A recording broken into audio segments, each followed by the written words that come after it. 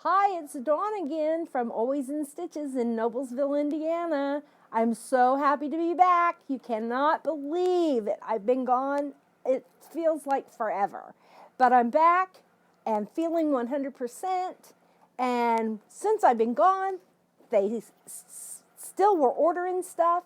So I came back and there was all this new stuff, and it's some stuff I want to share with you. One of the most valuable tools I have in my wool kit is this little tiny book. It retails for $15.99, and it's a way that I keep track of my Valdani threads. And the thread, there's so many different ones that when you come to the shop, you need a list of the ones you already have so you're not double buying. Now, here at the shop, we don't mind if you double buy. That's fine with us. But for your budget, you might want to spend that money on new colors.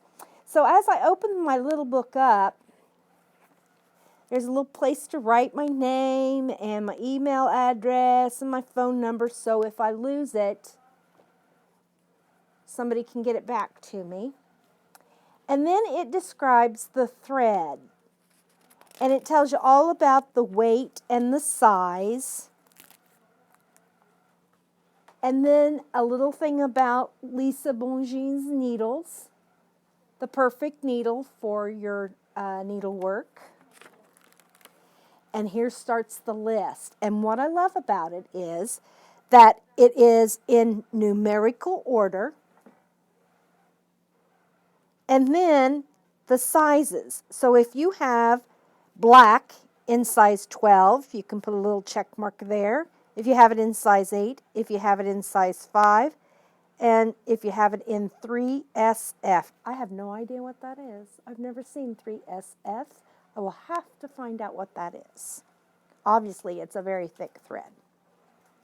But anyway, this is the way you keep track. And so when you go to the store and you've got, you see this spool, and it is size 12, but do you see that number 3? That's the number that you would look for, and see it says 3 white and size 12, so I just put a little check mark there when I bought that. Now I have 2 of these books. I don't know if I already said that or not, but I have 2 of these books. One stays with my purse, and one stays in my wool projects, so that at least I know when I'm at the store, I will have this with me, because it's no good to you being at home when you're at the store trying to buy something. You got to know what you want, what you need. So then, after you get through all the colors, and there's just pages and pages and pages, so many colors, Lisa has done a little tutorial back here on just the very basics of how to start a wool project, some of the tools that she uses, some of her techniques, and then a little bitty chart. Now, I can't tell you how handy this is, because you get out somewhere, let's say you're at the dentist's office and your brain is on overload and you can't think about how to start the blanket stitch. Well, here you've got a little chart just to remind you. Oh yeah, that's how you do that. I love that. And then here's some projects. You can keep a list of your projects and the threads that you need. Love that. There's a couple sheets of that. And then here's notes. So if you want to take a little note to yourself, this I love. I love this book. You can get it here, Always in Stitches. Now, today's lesson, I want to talk about the difference between wool, felted wool, wool felt, and acrylic felt. So that's a lot, I think. I'm going to try and explain it the best way I know how. I've got some examples here. First of all, let's talk about wool. Woven wool. It's like woven fabric. It's just threads that have been, woven together. And then it comes on a bolt just like regular fabric. You probably have all sometime in your life had a wool suit, a wool skirt, a wool blanket. That is woven wool. And when you boil it or agitate it in hot water, it gets thicker and the fibers crunch together and they make it thicker and stronger. And it's easier to stitch because the edges don't fray as much after the wool has been felted. So this is wool that has been felted. All right?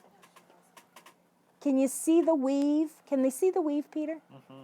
Yeah, they can see the weave. Okay. Oftentimes, wool felt comes hand-dyed. And you get the most beautiful, look at the sculptured images and the hues, how they go dark to light. So beautiful. So look at that. Oh, just yummy. You won't get that in felt. You only get that with woven felted wool. And then also patterns. Felt comes in different patterns. Woven felt.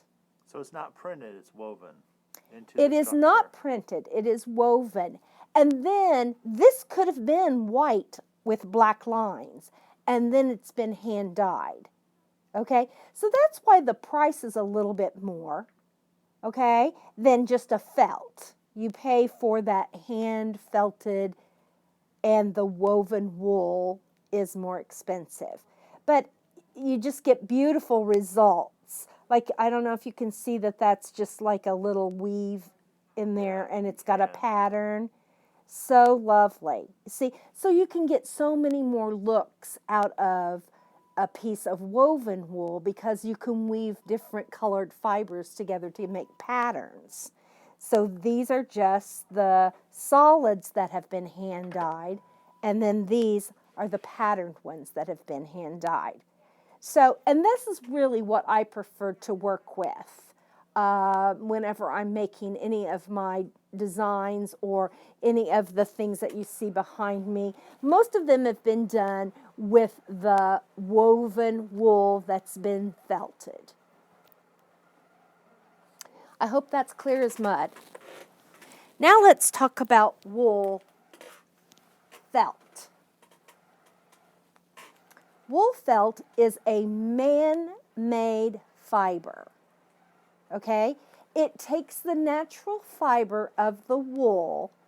Before it's spun into threads, it comes in a big, what we call roving, a big pile of roving.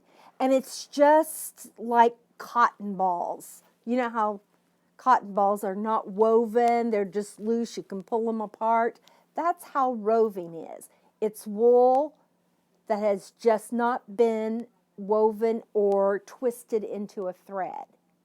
And what they do with this is they apply heat and pressure to the wool roving in big sheets, and it becomes wool felt. Now, wool felt, you don't have to boil it. You don't all that process has already been done. There's no felting. It's already felted. Wool felt, 100% wool felt. It comes just in plain colors. There's no patterns because this is wool that's been pressed together. There's no weaving.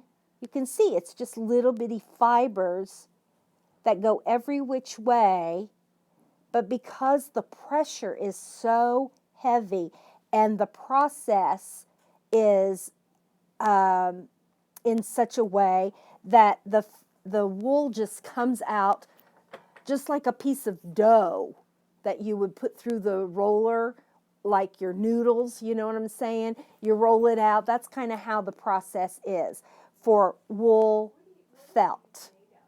Now this, the edges absolutely will not fray because it's not a woven fabric. It's just been pressed. So lots of people like to work with wool felt. But the downside to wool felt is that there's not as many choices in, patterns, because it's just solid. And so you don't have as many options to be as creative with it. And it's very limiting. Okay? Now, when I told Peter I was going to talk about felt today, I said I'm also going to talk about acrylic felt. And being the purist that Peter is, he only works with natural fibers, la-ti-da-ti-da. He snubbed his nose at acrylic felt. Can you believe that? Well, a lot of people do.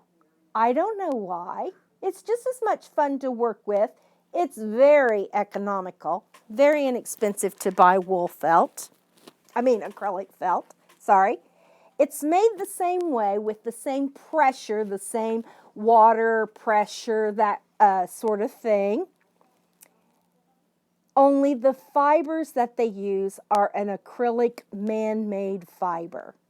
It's not a natural fiber. It's not as soft, but it holds shape very well. Again, it's not going to fray on the edges. So you don't have to stitch down every edge. If you wanted to just glue it down, there would be no problem with that. But here's some of the things that I've been doing with the acrylic felt. There's no wool in any of this. This is just acrylic felt. Now, these ornaments are from a book called American Homestead Christmas. And we have that book on order. It sells out the minute we get it in. And my friend Ellen Murphy had a little brain bump there. Ellen Murphy is the designer of the book. And all these little bumps, you see, she did them as French knots. But I got into my bead box and I decided to bead all mine. And I just love the way these turned out. She uses floss, and then she uses different little stitches, very simple, easy stitches. And then where these are, she would put little French knots. Now, these are not finished. See the back? This is going to have a back on it. As a matter of fact, here's the back. What I would do is I would stitch around to finish this up. I'd stitch around 3 sides, then I'd stuff it just a little bit, and it would be dimensional. I didn't bring any one of them finished. I don't know. I was just kind of excited to get here. So it cuts very easy, and you can see if I did that with a piece of a piece of wool that has been woven, that would start to unravel, but that's just not going to unravel. So I didn't blanket stitch. I don't know if I could get one that they could really see. Can they see that blue on there? I didn't blanket stitch these down. I just whip stitched it down. It went much faster. Now, I made Peter touch one of these, and he did not melt. He actually thought they were pretty soft and fun, but I don't know if I've won him over or not. Okay? You can do this with wool, woven wool. You can do it with wool felt, but you're not going to get as much variety in the colors. In acrylic felt, because it's man-made, there's probably, 200, 300 colors that you have to choose from. And so it's lots of fun to design with. But, if you love the wool, fine. If you love the felt, fine. There's something out there for everybody. Isn't that exciting? To find something that you love and do it. And wool is a little bit more expensive, and felt is a good way to start. If you have a budget that's limited, get you some felt, get you a couple strands of floss, and some beads, or just make French knots. You could do these very simply. You could make one for everybody in the family. Hey, we're having an ornament exchange here at the shop. I think maybe I'll finish a couple of these. Hope you have a good day. Happy stitching. Bye-bye.